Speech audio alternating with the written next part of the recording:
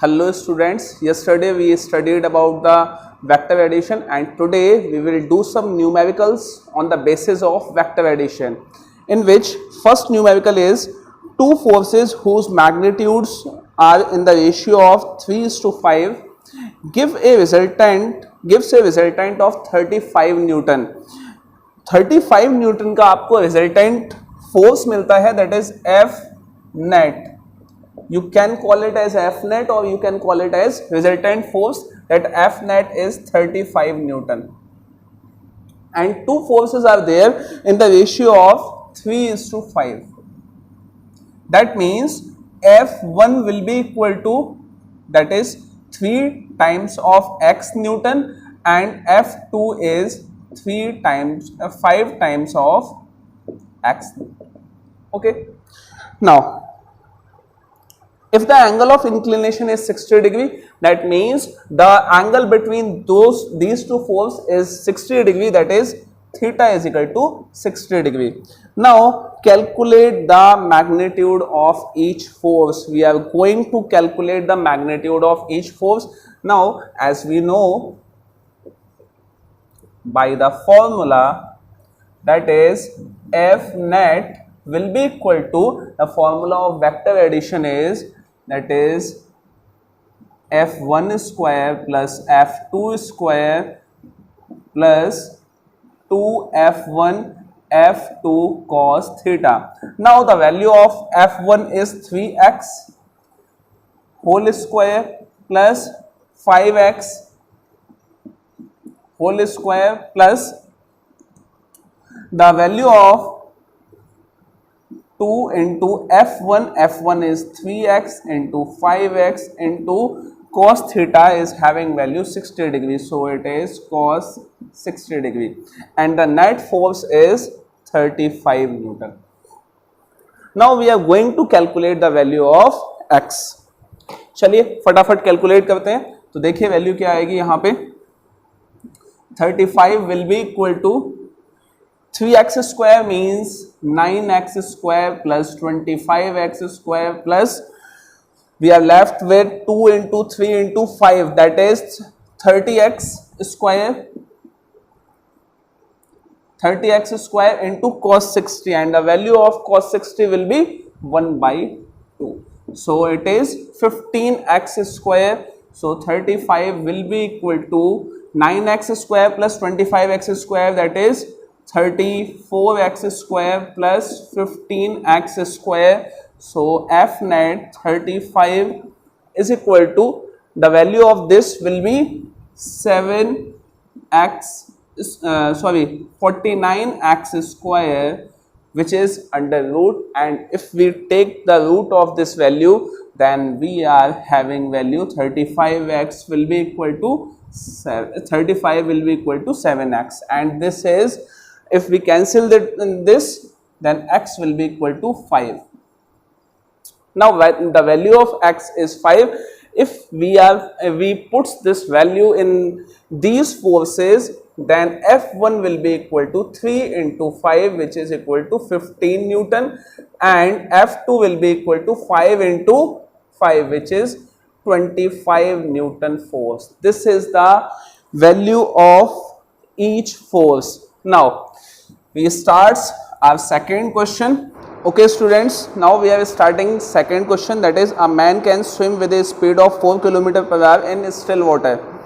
How long does he take to cross the river 1 km wide if water flows steadily at 3 km/h? Means this is a river, the width of the river is 1 km and the water flowing in the river is 3 km/h. Now if the swimmer makes normal stroke to the water, ये normal stroke means perpendicular direction में swim करता है, इस direction में ये man swim करने की कोशिश करता है, और आपको वेलोसिटी जो मैन की दी हुई है, दैट इज 4 km/h. आपको वाटर की जो वेलोसिटी दी है, दैट इज 3 km/h. ठीक है, आपसे पूछा क्या गया है, then how much time it will take to cover the distance of 1 kilometre. 1 kilometre के डिस्टेंस को कवर करने में इसको टाइम कितना लगेगा? तो देखिए डिस्टेंस जो ये कवर करेगा वो अपनी स्पीड से करेगा, अपनी वेलोसिटी से करेगा। तो अपनी वेलोसिटी से अगर करेगा तो उसमें जो टाइम लगेगा वो कितना लगेगा? देखिए time taken to cross the river को क्रॉस करने में जो टाइम लगेगा that time will be equal to distance upon speed. तो डिस्टेंस कितना हो गया? That is distance upon speed. और डिस्टेंस आपको दिया हुआ है कितना? 1 किलोमीटर। और स्पीड आपको दी हुई है कितनी? That is 4 kilometre per our. 4 kilometre per hour. अब देखिए यहां से किलोमीटर से किलोमीटर कैंसिल, ठीक है। आर ऊपर चला जाएगा तो ये 1/4 आर हो जाएगा। दैट मीन्स अगर आर को मिनट में कन्वर्ट करना है that means 60 minute by 4 that is 15 minutes. 15 minutes का टाइम उसको लगेगा यहां से यहां पहुंचने में। ये इसका फर्स्ट पार्ट था, इस वाले क्वेश्चन का ये फर्स्ट पार्ट था। अब सेकंड पार्ट पर पहुंचते हैं। सेकंड पार्ट ये कह रहा है if he makes the normal stroke, मतलब नॉर्मल स्ट्रोक का मतलब है ये जो वाटर के परपेंडिकुलरली स्ट्रोक करता है, then from the river where does he go when reaches to the other bank. दूसरे किनारे पे पहुंचते पहुंचते देखिए जाने की कोशिश ये इस डायरेक्शन में कर रहा है और पानी इसको यहां लेके जा रहा है। तो होगा ये कि इसकी बॉडी पे एक रिजल्टेंट फोर्स लगेगी जो इसको इधर लेके जाएगी। ये सीधा क्रॉस नहीं कर पाएगा, फिर ये यहां से यहां चला जाएगा। तो यहां से यहां तक जो गया है, एम इसका था यहां पहुंचना, चला ये यहां गया। इतना डिस्टेंस हमें बताना है कि ये डिस्टेंस कितना होगा। अब देखिए ये जो डिस्टेंस इसने कवर किया है वो किसकी वजह से किया है? जाना तो ये सीधा चाहता था ना। ये डिस्टेंस कवर किया है इसने रिवर की वेलोसिटी की वजह से, पानी की वेलोसिटी की वजह से। तो अगर पानी की वेलोसिटी की वजह से किया है तो पानी की वेलोसिटी ये है, टाइम कितना लगा? 15 मिनट। डिस्टेंस कैलकुलेट हो जाएगा। तो देखिए distance is equal to speed into time. So speed is what? 3 kilometre और टाइम कितना लगा है? That is 1/4। So the distance will be equal to 3/4 kilometre per hour में, ठीक है। इतना डिस्टेंस लगा, that means 715 metres, 750 metre distance पे जाके ये रुकेगा। तो क्या आपको समझ में आ गया? नेक्स्ट क्वेश्चन लेते हैं एक और, थर्ड क्वेश्चन। हाँ, third question, question number 3। A motor boat is racing towards north. तो पहले हम यहाँ पे डायरेक्शन बना लेते हैं। ये हो गया नॉर्थ, ये हो गया साउथ, ये हो गया ईस्ट और ये हो गया वेस्ट, ठीक है। मोटर बोट कहाँ जा रही है? नॉर्थ डायरेक्शन में। इस डायरेक्शन में मोटर बोट जा रही है और at speed 25 kilometre per hour. तो means velocity of boat is equal to 25 kilometre per hour इस डायरेक्शन में। And the water current in that region is 10 kilometre per hour. जो वाटर करेंट है, पानी की जो स्पीड है उसमें वो कितनी है? 10 kilometre per our in direction of 60 degree east of south. मतलब 60 degree east of south, south से 60 डिग्री है कितना? ईस्ट की तरफ। तो ये हो गया आपका 60 degree east of south, south की तरफ से 60 डिग्री है। और यहां ये हो गई वेलोसिटी ऑफ वाटर का डायरेक्शन। वाटर की वेलोसिटी इस डायरेक्शन में है और ये जो वेलोसिटी है वो कितनी है आपकी? 10 किलोमीटर पर आवर, ठीक है। आपको निकालना है फाइंड रिजल्टेंट वेलोसिटी। आपको रिजल्टेंट वेलोसिटी निकालनी है। अगर आपसे रिजल्टेंट वेलोसिटी पूछी है तो इसका मतलब है आपसे उसका मैग्नीट्यूड भी निकलवाया है और उसका डायरेक्शन भी निकलवाया है, दोनों कैलकुलेट करवाए हैं। तो देखिए इस तरह के क्वेश्चंस को सॉल्व करने के लिए आपको कल parallelogram law of vector addition पढ़ाया है। आप इन दोनों की हेल्प से पैरेललोग्राम लॉ पैरेललोग्राम बना लीजिए। देखिए कैसे बनेगा। इस वेक्टर के पैरेलल मैंने एक वेक्टर यहां बना लिया, ठीक है, और इसके पैरेलल एक यहां बना लिए। अब देखिए दोनों के टेल से दोनों के हेड तक जो वेक्टर जाएगा वो ये होगा, this is resultant, this is V net. अब आपको वी नेट अगर निकालनी है, मतलब रिजल्टेंट वेलोसिटी का मैग्नीट्यूड निकालना है, तो मैग्नीट्यूड कैसे निकल के आएगा, it is a square plus b square plus 2ab cos theta. तो यहाँ पे आपके पास क्या आ गया, वेलोसिटी ऑफ बोट का square plus velocity of water square plus 2vb water cos theta. Now what is the value of cos theta, आपके पास वेलोसिटी ऑफ बोट दी हुई है 25 kilometre per our, velocity of water दिया है 10 kilometre per our, and what is the value of theta, theta की value क्या है, theta is the angle of between velocity of water and velocity of boat. तो देखिए ये complete angle है, यहां से यहां 180 डिग्री, ठीक है, ये चला गया 60 डिग्री, तो ये बचा कितना, दैट इज 120 डिग्री। तो theta is equal to 120 degree. Now velocity of boat 25 whole square plus 10 का square plus 2 into 25 into 10 into cos 120 degree. अब देखिए 25 का होल स्क्वायर मीन्स 625 प्लस 100 और cos 120 होता है -1/2, तो ये हो गया आपका -1/2 का माइनस आगे लग गया, -2 इंटू 25 इंटू 100, तो 2 आपने एज इट इज रखा, 25 इंटू 10 सॉरी, तो ये 250 इंटू 1/2, 1/2 से ये कैंसिल हो गया। अब यहाँ पे वैल्यू निकालेंगे तो देखिए क्या आ जाएगा, 625 प्लस 100 725 माइनस का 250, तो ये हो गया आपका क्या 475। चलिए, और 475 का रूट अगर लेंगे तो ये अप्रोक्सीमेटली आएगा 21.8 kilometre per our. This is the resultant velocity. Magnitude निकाला है अभी तक, अब डायरेक्शन निकालेंगे। देखिए डायरेक्शन कैसे निकलता है, डायरेक्शन के लिए आपने एक फॉर्मूला पढ़ा था, that was tan phi is equal to b sin theta upon a plus b cos theta, ये वैल्यू आपने पढ़ी थी।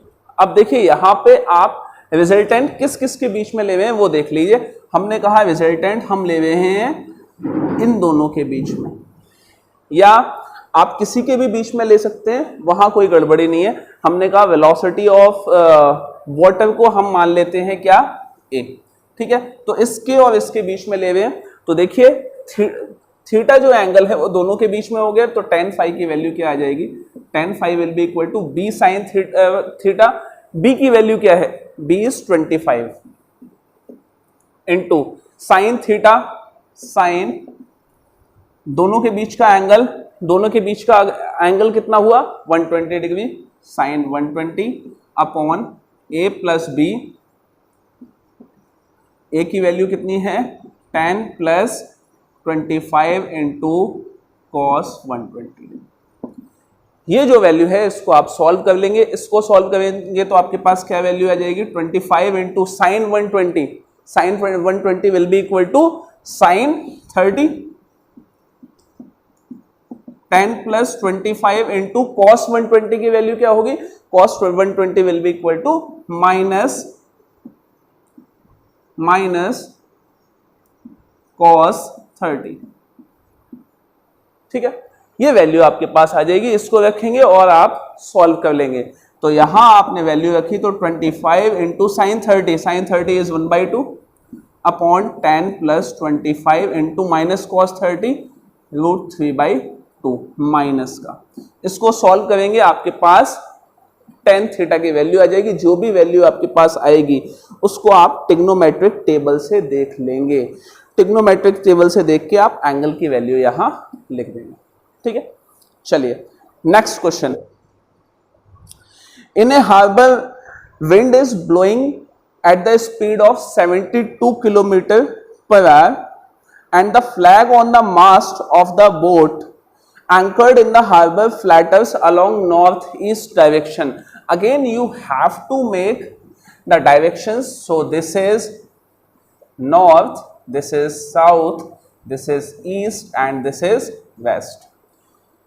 जो हार्बर है वहां पे विंड फ्लो कर रही है 72 किलोमीटर पर आवर से, और उसकी वजह से जो मास्ट है, मास्ट पे जो फ्लैग लगा हुआ है वो नॉर्थ ईस्ट डायरेक्शन में फ्लैटर कर रहा है। ये नॉर्थ ईस्ट डायरेक्शन में फ्लैटर कर रहा है, ये नॉर्थ और ये ईस्ट, ये हो गया नॉर्थ ईस्ट डायरेक्शन। चलिए, if boat starts moving at a speed of 51 kilometre per hour to north, अगर बोट इस डायरेक्शन में स्टार्ट हो जाती है मूव करना, velocity of boat is equal to 51 kilometre per hour. Now to north, what is the direction of the flag on the mast of the boat? जो boat है उसके मास्ट पे जो फ्लैग लगा हुआ है उसका डायरेक्शन अब क्या होगा, समझना है इस चीज को कि स्टिल वाटर में, जब अभी स्टिल वाटर नहीं है, बोट मूव नहीं कर रही, जब बोट मूव नहीं कर रही तो जो हवा चल रही है उसकी वजह से फ्लैग का डायरेक्शन है नॉर्थ ईस्ट। ठीक है, अब बोट ने चलना शुरू कर दिया। बोट कहां चल रही है? बोट चल रही है नॉर्थ डायरेक्शन में। तो अगर बोट चल रही है नॉर्थ डायरेक्शन में तो उसकी विंड की वजह से फ्लैग तो पीछे आएगा। किस डायरेक्शन में आना चाहिए उसको? मतलब impact of wind on the flag will be in this direction, south direction में होगा इंपैक्ट ऑफ विंड। ठीक है, तो ये हो गया आप velocity of wind is equal to 51 kilometre per hour. अब आपको निकालना है क्या कि अब फ्लैग का अब डायरेक्शन क्या होगा, वो निकालने के लिए दोनों वेक्टर की हेल्प से आप पैरेललोग्राम बना लीजिए। देखिए, इस वेक्टर की हेल्प से मैंने यहां बनाया तो पैरेललोग्राम ये इस तरह से बनेगा, और इसकी हेल्प से यहां बनाया तो ये यहां बनेगा। अब आपको जब रिजल्टेंट लेना है तो याद रखिए कि दोनों वेक्टर के टेल से स्टार्ट करेंगे और दोनों वेक्टर के हेड तक जाएंगे, और ये डायरेक्शन होगा क्या? This is resultant direction. इस वाले क्वेश्चन में सिर्फ डायरेक्शन पूछा है आपसे, तो डायरेक्शन का फॉर्मूला क्या होता है? डायरेक्शन का फॉर्मूला होता है tan phi is equal to b sine theta upon a plus b cos theta. अब देखिए एक चीज, बी साइन थीटा, सबसे पहले तो आपके पास वैल्यू पता होनी चाहिए किस किस चीज की? थीटा की, कि थीटा कितना होगा। थीटा एंगल होता है दोनों वैल्यूज के बीच में। आपके पास एक वैल्यू ये थी जहां विंड पहले फ्लो कर रही थी नॉर्थ ईस्ट डायरेक्शन में, उसकी वैल्यू क्या थी? That is 72 kilometre per our. ये विंड का डायरेक्शन था तब जब बोट रुकी हुई थी, तो उस कंडीशन में यहां पे थी, इस डायरेक्शन में विंड का डायरेक्शन था, और बोट की स्पीड की वजह से साउथ में उसने आने की कोशिश की, तो दोनों के बीच में एंगल कितना मिल गया? देखिए, कंप्लीट एंगल इज 45 डिग्री। ठीक है, और नॉर्थ ईस्ट डायरेक्शन में ये पहले से है तो ये हो गया कितना? 45 डिग्री। बचा कितना? बचा 135 डिग्री। तो थीटा इज इक्वल टू क्या हो गया? 135 डिग्री। ठीक है, नाउ वेलोसिटी ऑफ विंड आपने ले ली क्या? 72 किलोमीटर पर आवर, और वेलोसिटी ऑफ बोट हो गई कितनी?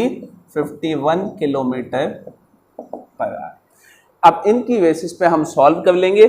सवाल ये है कि दोनों के लिए हम ए कौन सा कंसीडर कर रहे हो और बी कौन सा। मैंने कहा कि अगर आपको tan phi निकालना है तो मैंने कहा ये जो है वो हो गया क्या? tan phi means the angle between resultant and wind velocity. ठीक है, तो ये जो हो जाएगा वो आपका क्या हो जाएगा? ए, और ये हो जाएगा बी। फटाफट इसको सॉल्व कर लेते हैं। तो देखिए, B means 51 into sine 135 upon A कितना हो गया? 72 प्लस बी 51 इंटू कॉस 135। चलिए 51 sine 135, sine 135 will be equal to sine 45, और साइन 45 की वैल्यू क्या होती है? That is 1/√2। चलिए 72 plus 51 into cos 135 will be equal to minus cos 45, और माइनस कॉस 45 की वैल्यू अगेन माइनस 1/√2। ठीक है, तो इससे हम इसको सॉल्व कर लेंगे तो हमारे पास tan phi की वैल्यू मिल जाएगी। सॉल्व कर लीजिएगा, आंसर आ जाएगा।